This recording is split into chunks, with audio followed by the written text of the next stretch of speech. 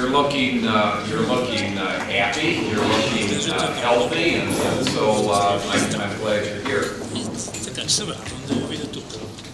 Yesterday, the American staff numbered just 3 people, and we received a late night visitor, and so now we're 4 people. And I want to introduce my colleague and my friend. Where did he go? Frank Russell from the University of Cincinnati, and his specialty is in urban architecture. He was going to, thank you.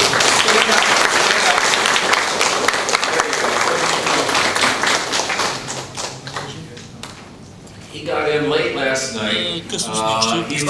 He actually looks pretty good for what I know he's been through as far as travel is concerned. But we decided that we would switch, and we're going to have Stivън Самюелс give his presentation, and tomorrow Frank Russell will give his presentation. By the way, Stivън Самюелс and Frank Russell, they're both involved in urban planning, and I think that you'll see some similarities in interest and actually in education as well, as far as Stivъn and Frank are concerned. Are you going to say a few words? I'll just keep going, huh? Okay. I'll say a few more words. About Stivън Самюелс. Stivън Самюелs works for the Economic Center of Education and Research at the University of Cincinnati. We, in the last few years, expanded the size of the Economic Center, and we wanted someone who could help us in the research area, and especially help us build our brand and extend our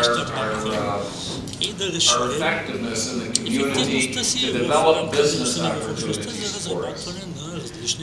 And I met Stivъn. Actually, I met Stivъn through Frank Russell. And I thought, I think this is the perfect person to take on these responsibilities. So I made a very important decision about 2 years ago. And we brought Stivъn on to join our staff at the Economic Center. He's been very, very helpful and a good friend and a good colleague. More of his bio was contained in the brochure that you had. Stivъn, you're going to talk about P3 plus U, and I know you don't know what that means, but I don't think I do either.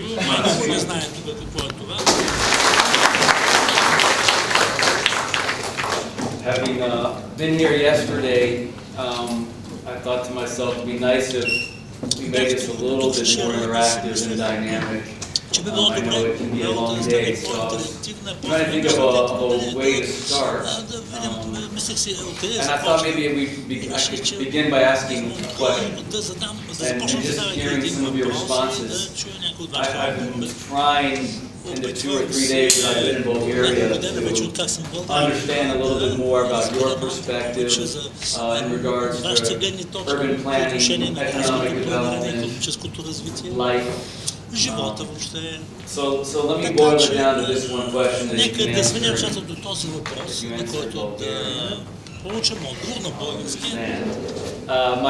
My one question to you is, if you could answer, if you could change Ако бихте могли да промените едно нещо само във вашата общност, какво би било то? Общност означава сградния фонд, сградите, улиците, където живеете, ваше жилище на район, целият град. Това, което включвате в понятието общност. Така че за мен би било вашите отговори. Ако може да промените едно нещо във вашата общност, какво би било то? Probably didn't think you'd have to talk so early in the day. Карам да почвате да говорите съвсем от начало, много рано. You never think about this question? Никога не сте задавали подобен въпрос, така ли? One thing. Could be environmental. Нещо свързано с околната среда, с социалните аспекти, икономическите неща. Нещо свързано с инфраструктурата. Could be about who lives there, how they live there, what amenities you have available or not available, какви съоръжения имат на ваше разположение, какви обществени блага, социални услуги, дизайн. В Америка всеки би вдигнал ръка и всеки би чака хората да говорят за стотици неща, които искат да променят. Някой ще каже ли? Да, благодаря. Казвам се Димитър, уча архитектура в трети курс. Мисля, че в България има много неща, които би трябвало да се променят. Но едно важно нещо е как хората мислят,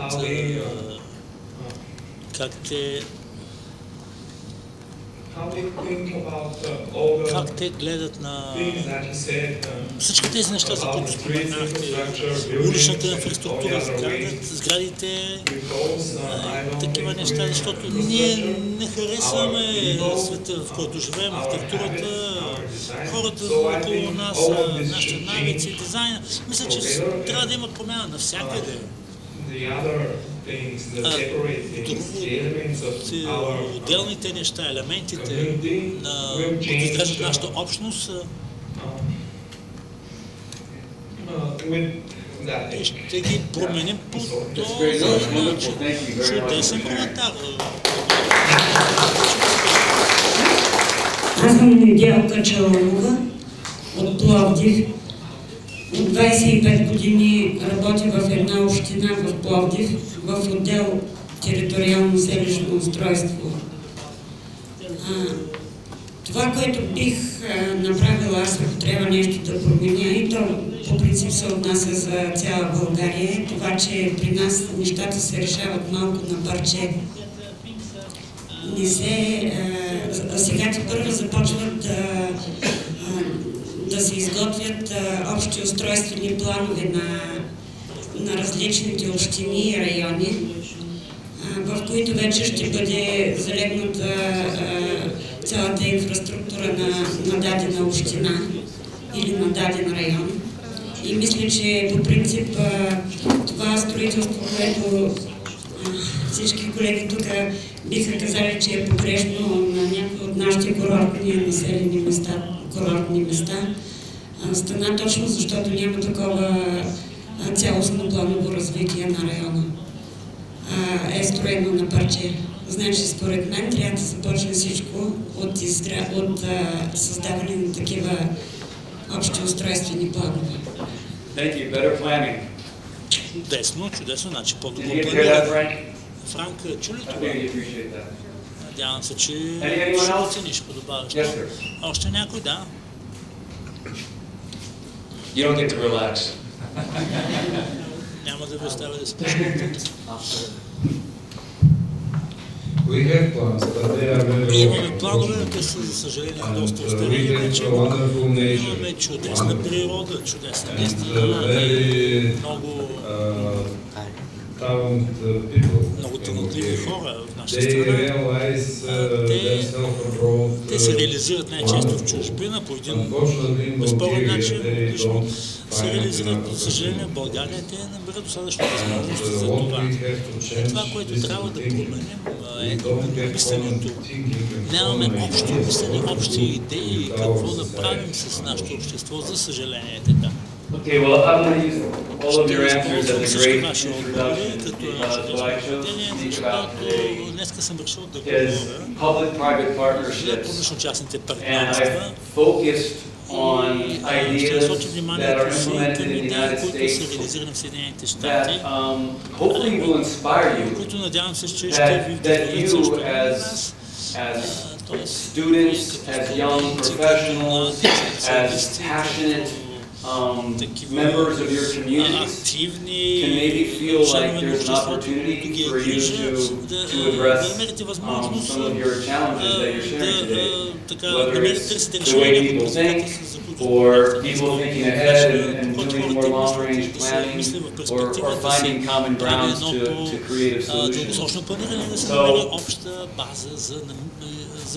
I think that what you're going to probably see, there's going to be a lot of, you can't do that in Bulgaria. And I just invite you to, I invite you to raise your hand while we're going through this and let me know, because I'm very interested in what you think you can and can't do. And even those things you can't do, maybe you can't do them today or tomorrow, maybe you're going to do them in the future, maybe there'll be just a small piece of these that gives you an idea of something that you can do.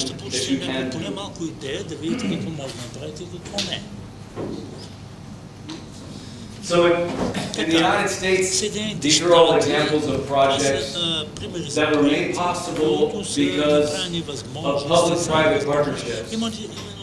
And many of these were started and maintained by just very passionate people who care a lot about their communities to get these projects done. And I'm going to give you a couple of those examples.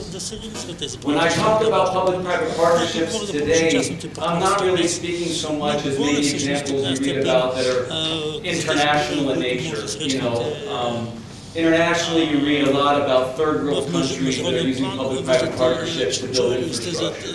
But I wanted to really show examples of, as I said, more neighborhood-based and city-based projects. So we use the term public-private partnerships to be any relationship between a public entity and a private entity, whether it's for-profit, not-for-profit. A partnership like that can be informal or formal. It can have a contract, it can be on a handshake. It can honestly have lots of money involved, or maybe you find something else to trade. It could be just because you found common ground and common interests, and people understand that. And that's why a project gets done. And as I mentioned, it can be something as small as a site-specific building or as large as a comprehensive plan. I mentioned this quote here from the Brookings Institution that in America, the United States, P3s, which is public-private partnerships, are relatively new. And we are very much examining them closely right now and using them in very interesting and innovative ways. And on some levels, you'll see some examples here that there's a lot of debate about whether it's going to work in the long term or not. We're using them, I think, for three main purposes. Partnerships for financing projects, for planning projects, and to manage ongoing projects. Yesterday, I think someone asked the question of Mark about, you know, you build a park, how do you take care of it? What's the maintenance? And he was actually citing some examples of partnerships in order to manage that public asset that goes beyond the idea of leaving that responsibility just to the city. Отговорността на града, на градската управа, те не могат сами да се справят с задачи. Какви други решения може да има на въпроса? So this is my magic formula. Значи това е моята вълшебна формула. Да, благодаря, ще питате сега. Един въпрос, според мен, как успявате да интегрирате толкова много религии в големите градове? Според мен това е много по-голям проблем от икономическите въпроси, които поставят тук пред нас. Според мен как да решавате множеството религии, множеството общества, които са малцинства, в повечето случаи, които изискват, нали, самите те сами по себе си изискват собствен стил, собствена култура, за да могат да Нали, да работиш начин, по който работите тези, които са на територията на съответния град, както е примерно Синсинати. Аз не знам във вашия град какви са вашите младсинства, но ние имаме тук основен проблем с нашето младсинство. Това са циганите, така наречени. Не знам дали знаете. Но според мен в България това е много голям проблем, който тепърва ще става още все повече. Така че по-скоро при нас е проблема с младсинствата и ако имате някакъв по-конкретно като виждане, да ни споделите вашата идея. Благодаря. I think when I go through the presentation, you'll get some of those answers, but I'll say this, you're right, in Cincinnati, it's not so much about religious differences, but it is about minority differences. And so we do have, in our downtown urban core, which is where I've been working predominantly, I would say that that's really about our African American low-income population. So as we're developing and investing a lot of money, there's a part of that population that feels marginalized. And I'll give you a couple of examples of projects that I've worked on where we've had to consider that. And we do that by doing a lot of community engagement. And I don't know how much community engagement goes on here in Bulgaria when we're doing these kind of projects, but it's really about taking a lot of time and a lot of resources to be out in the community, to hear from those kinds of groups so that you can find the common ground. And this is why I call it a magic formula, because you do have to include lots and lots, everyone that's impacted has to be всеки, разбира се, всеки, който присъства там, трябва да бъде взет под внимание и да бъде изслушан.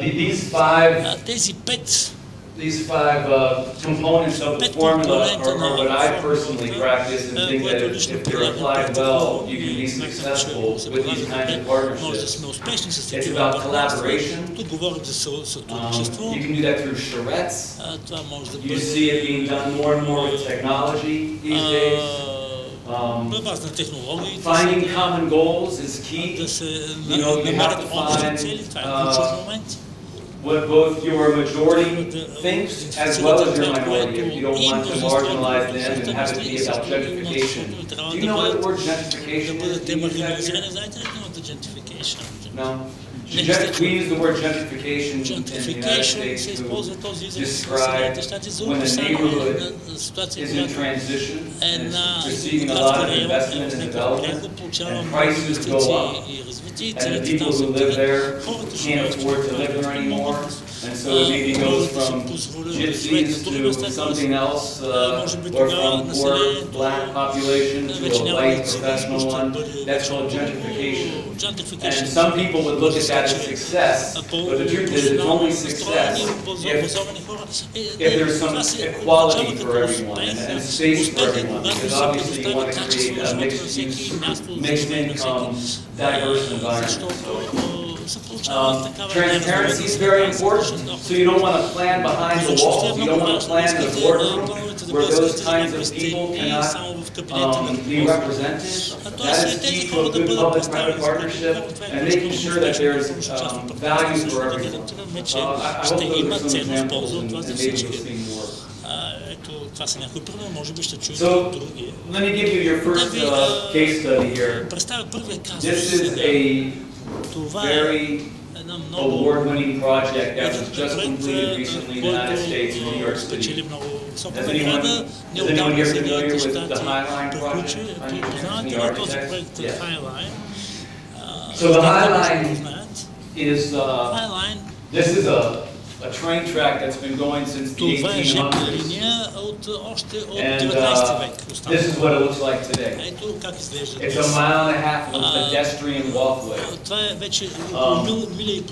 The history of it is that in the 80s, the last train ran on it, and there was a lot of energy about closing it down and removing the trash. You know, in New York City, every piece of land is very valuable, so many people, any opportunity to find more land to build upon it. is the motivation. Тази земя е желана за много, за And a group of предприемачеството. citizens Една група felt very passionate about the opportunity of what they could do with this, and they formed a group called Friends of the Highline in 1999. And 2 years later, they paid for some research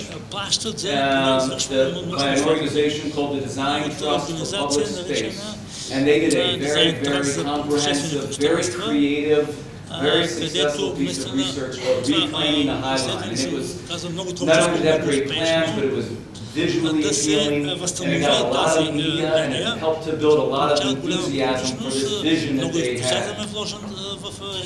And because of it, they got political support from the city council.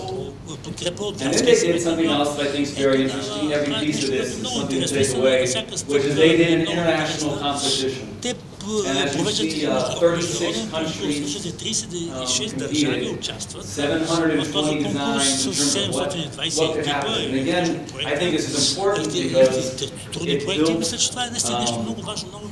builds support. It's as much about marketing and advertising sometimes as it is about planning and architecture and policy. That they're building political support from the grassroots. And when you do that in America, at least, your politicians are going to listen because you're their voters. And it works. And the competition was a huge success both locally and nationally and internationally. And as a result, 2 years later, the city took ownership of the track. A year later, groundbreaking. And this is what you have today. It is an amazing piece of infrastructure. Around it, there is a lot of building going on. They changed the zoning in what's called the Chelsea district. And many cities across the United States are now considering a similar project. We call it Rails to Trails. So, a lot of cities have train tracks that aren't being used anymore, and there's a big opportunity to turn them into a community asset. From a financial standpoint, you can see the city put in $112 million. They got $20 million from the federal government, from the transportation department. The state put in $400 grand, and I just wanted to point this out, that the local community organization raised a lot of money.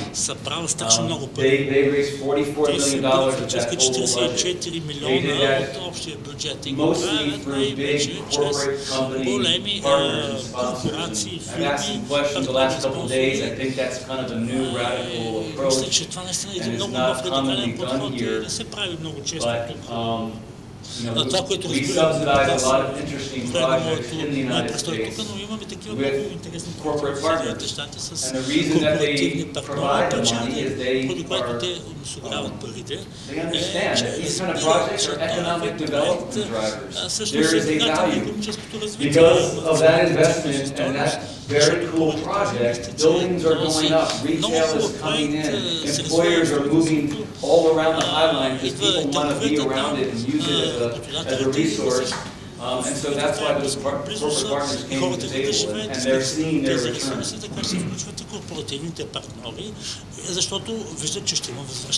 Another example I wanted to give, I wanted to try to find just kind of one European example and compare it to a local example that I'm familiar with. So I got a little familiar with the European Energy Efficiency Fund.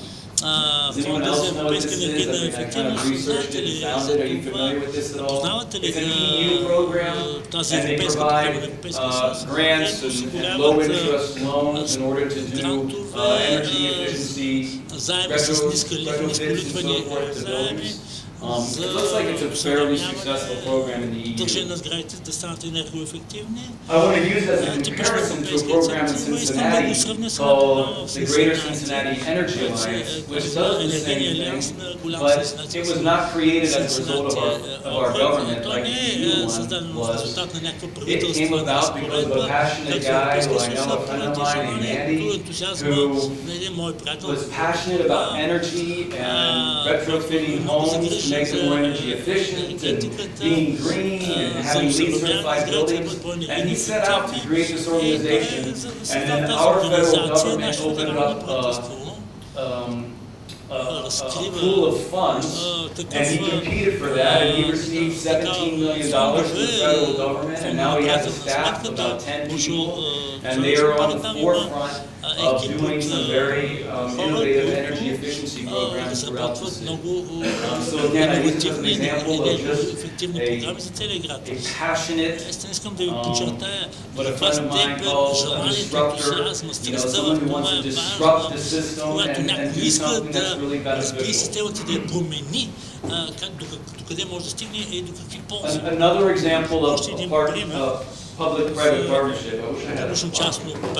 So financing. We finance quite a bit of public buildings, like stadiums, train tracks, train stations, even some of our highways, through these corporate partners I mentioned to you. They're called naming rights. I'm not sure if you have that here. Your sport facilities, is it sponsored by a corporation? It does? And then it becomes like the corporation's name? Yes? Like, give me an example. And what's the company? Mets? Mets, and what kind of company is that? Insurance company. Okay, so we do the same thing. And the company gets a lot of exposure, and it's part of the goodwill, and when it's on television, it's being referred to as that company and so forth. One of the things that I'm personally passionate about, that I'm trying to implement more of right now, is what's called legacy integrated infrastructure, which kind of turns it on its head a little bit. And instead of bringing in that corporate sponsor as kind of an afterthought, and just putting their name on it where it has no big additional value to the design and the experience of that piece of structure.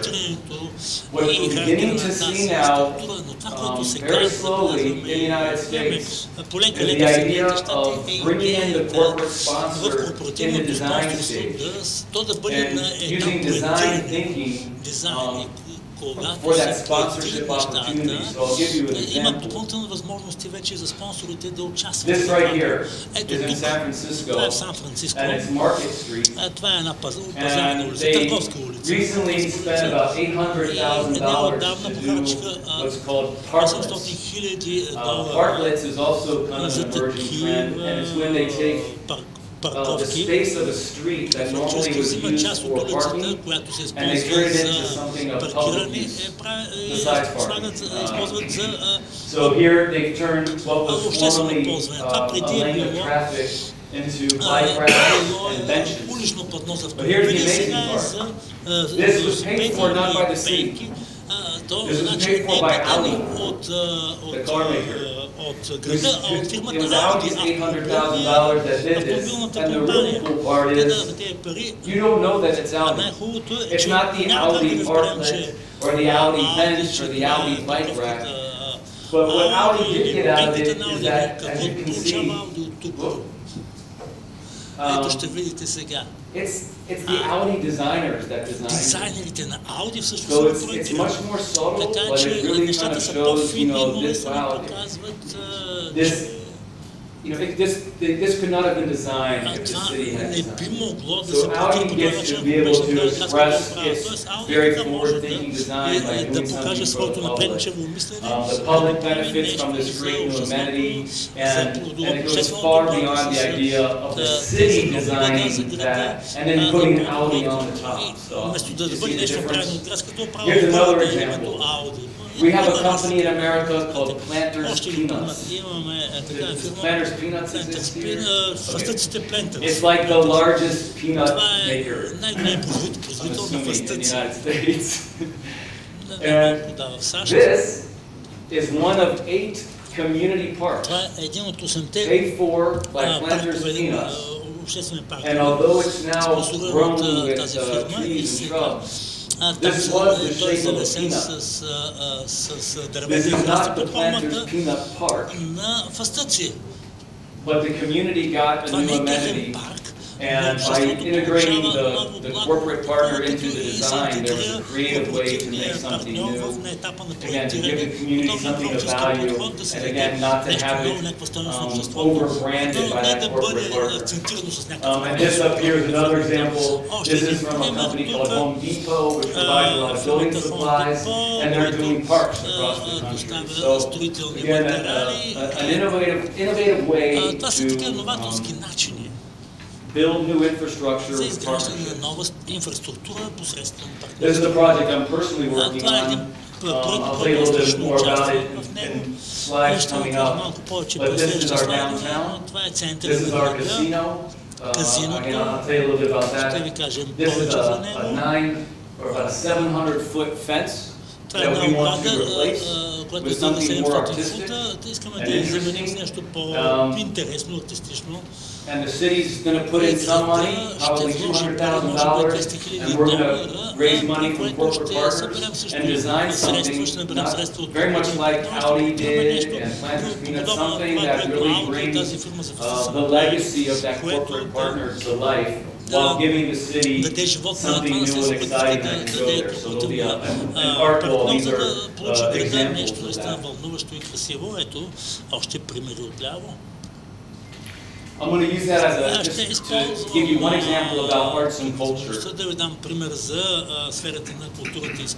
Margie's going to speak a lot more about it this afternoon, but I think there's a big challenge, certainly in the United States, about how to finance more arts and culture.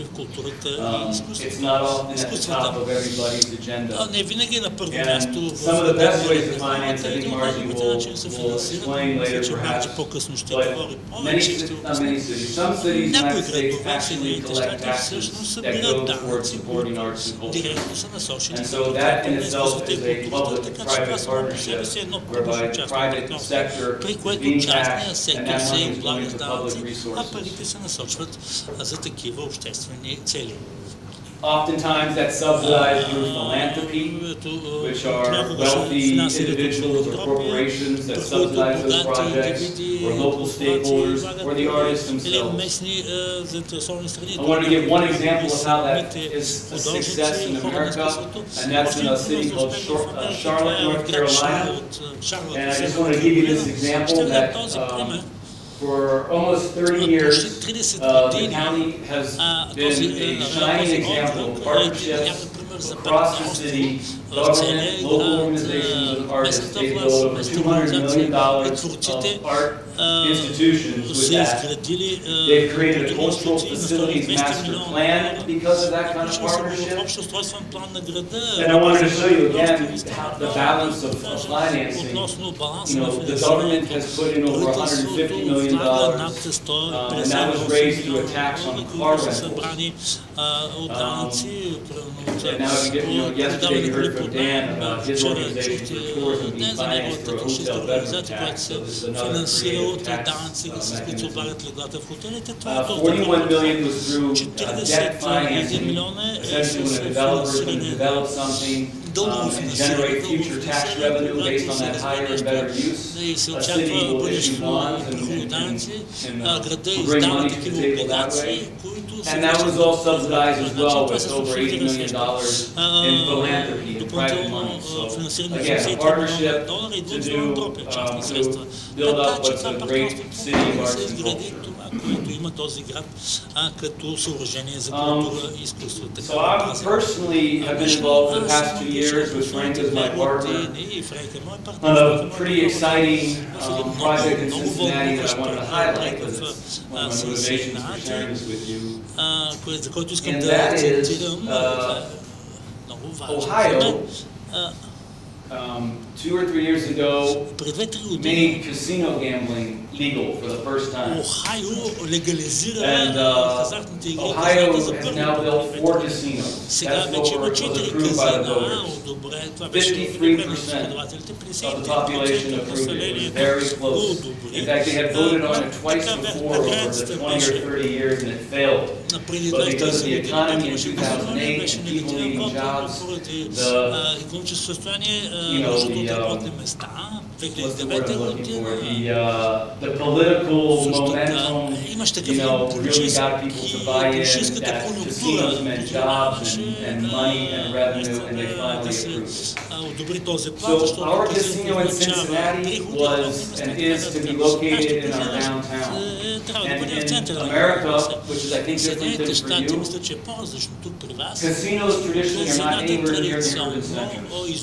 Casinos are located, if they exist, maybe there's, let's say out of our 50 states or so, there's, I don't know, half the states have gambling. Most of our gambling is done on Indian reservations. Най-често те са на територията на индиански резервати за индианци. Las Vegas is the one city where it's in the Лас Вегас е urban center. единствения Everywhere град, else, разбира се, където casinos on the в центъра. outside, go Навсякъде outside. е извън града, са извън града казината. And ours, though this was going to be one of the first to be located in our city,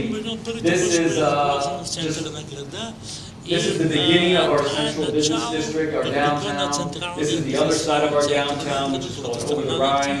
You'll hear about it probably from multiple people this weekend. And this was a 20-acre parking lot that's now a casino.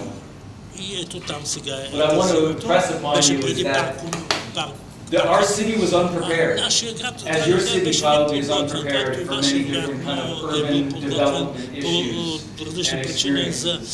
And with Frank again as my partner and many other downtown passionate people, we went to the city and to business owners and residents and major stakeholders of downtown to push them to be better prepared for what was about to happen, which was a $400 million facility that would be open 24 hours a day, 7 days a week for gambling. I mean, we had nothing like that. And as a result of that, I ended up forming a non-profit organization made up again of just creative, passionate professionals like yourselves. And we contracted with the city of Cincinnati to be the consultants for the planning of the casino. And we engaged in a year-long planning process. Basically, it was a comprehensive plan, but it was specific to the casino site to help the city plan for about $20 million worth of infrastructure investment. And there were many small populations to deal with. The casino is in the middle of 5 different neighborhoods. Our biggest corporations and wealthiest people have investment around it, and our most marginalized population has lives right around it. So we had to work very broadly and find common interests and common desires, and we had to level the playing field so that we could find a plan that worked for everyone. And it was a very exciting experience. Because of building partnerships, the University of Cincinnati provided resources. The city of Cincinnati put in money. We raised sponsorship from some local companies. And basically, we did about a $70,000 plan, and the city only had to put in $10,000 of cash. So I think it's a great example if you want perhaps to do some kind of a plan. Maybe you can find the kind of partners so that you can go to the city who would normally say, we're not going to do that. We don't have the money for it. We don't have the time for it. We don't have the interest in it. Maybe there's a way for you to fill those 3 gaps. Maybe you can find someone who has the time, someone who has the experience, the desire, the passion, and some of the money. Our city is they don't pay for everything at all. But if you can show them that for their $10,000, maybe you can show up for $10,000. You can match it dollar for dollar. You can get a lot done if you can start to introduce ideas like that. And then you need to go to your corporations and your business people and try to sell them on the value of this plan that you want to do. So they can say, well, yeah, I can see where if you do that, I might benefit. Right? That's the idea. So I'll give you something. идеята и ще ви дам нещо, защото аз очаквам да получа нещо след това, също като проекта с Хайлайн, тази стара ЖП линия. Част от проучването, както казах, трябваше да се работим с много голяма общност. Charrette is basically a community meeting of some kind. We used architects and planners and did a big visioning process. We brought in experts on this kind of development to provide insight to the community. We did a block.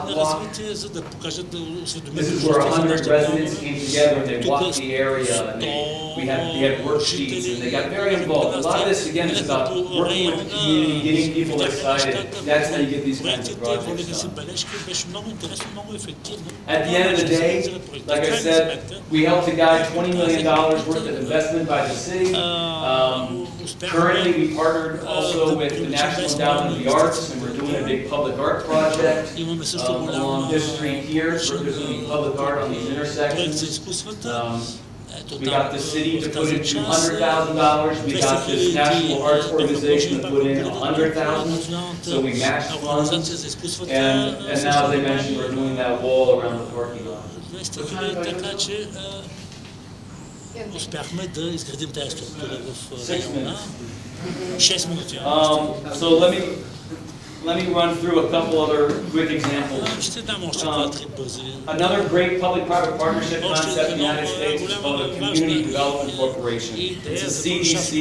Essentially, a CDC, as it says here, is a non-profit organization. It is about bringing your public agency together with your local companies and corporations and residents, and they form an organization to invest in changing their neighborhood, their community. And in Cincinnati, you probably hear this multiple times, we have a very successful one called 3CDC. And there's a part of Cincinnati that's been run down, that has not received any investment for the past 20 years, and buildings were collapsing, and half of the city was vacant, and the city, people just got tired of it. And so they formed this Community Development Corporation, and they've invested over $300 million in the last 5 years, and it is now our most exciting developing neighborhood in Cincinnati. That's the neighborhood here in the middle of our downtown. So that's Cincinnati. That's our river. This is over the Rhine. This was completely neglected for decades. That's now becoming the coolest spot in town. And that's because of these partnerships. These are some of our biggest corporate headquarters in Cincinnati, Procter & Gamble, Kroger, Macy's. These are the people that you would go to if you're looking for a lot of money from a partner, because they're in the downtown, they have offices there, they have employees there, they want people to be happy there, they're willing to invest. I'm sure, well, I would think that Bulgaria has companies like that want to make this city better. Those are the people I would, you might want to target. This is the kind of investment that's been made by these people. This is the before. This is before. This is actually it's still before. This is after. Before, after. It's pretty amazing. This incredible park that they've created in front of Music Hall here. This is now this. So it's been an amazing opportunity for Cincinnati. The last one I just want to mention, it happens also out of San Francisco. And the mayor of San Francisco created a new department. And that department is called the Office of Civic Innovation. It's completely new in the United States. I mean, there's very few examples of a city government investing in innovation like this. But they have a budget of maybe like $300,000. They have 2 employees, and their job is to go and build partnerships for innovation across the city. And they do things like hackathons, and they get out there and they bring all these people together in outdoor spaces with computers, and like for 24 hours they tackle an urban problem. It builds excitement. You just start to find out who your partners are. Doing events like that, people will rise to the surface, and you'll begin to find people like you who are passionate about the things you're passionate about. за които And that's how, you know, synergy can happen. But it takes kind of doing creative events to bring those people out of the woodwork and give them a space to communicate. They've created this, using technology, a whole series of different technological platforms that are allowing the community to present ideas, to solve community issues, to find partnerships that are working, open data, solution sharing, idea exchange, improve that stuff. It's all technology-based. But as you know, the technology can be a great tool when you want to make change. Страхотен, разбира се, инструмент, когато искате да промените нещата. And these are my secret ingredients. I mean, Това са тайните ми съставки. Inspires you, which I hope maybe a few of you have been inspired. The takeaways I leave you with is that research важното е да има is такова a very important tool to на базата на building данни. the resources to come together. You're dealing with people at various levels. They want to Да see се data. контактувате с хора на различни нива, And защото искат so да that's видят where данни. university can really come in handy. И тук These може kinds да of помогне много ideas can start here, where you bring them here and build up some kind of a portfolio of research that you can take out to build partnerships. I think it's a very successful strategy. Engaging the community, like I said, partnering with people of да се influence. ангажира общността, да партнирате с Those хора are с влияние. my cautionary steps, which is И това са моите по-внимателни стъпки. when you're working with Когато many работите people с from много the хора public and private sector, от obviously публичния и there's more частния to сектор, manage. So I would очевидно say с that the повече people хора who are making работят, change трябва да in бъдат the way that I've described today, Тоест, it takes a lot of time and energy, because there's a lot to manage and you want to make sure people are held accountable. много енергия. And I would highlight public welfare compromise as well.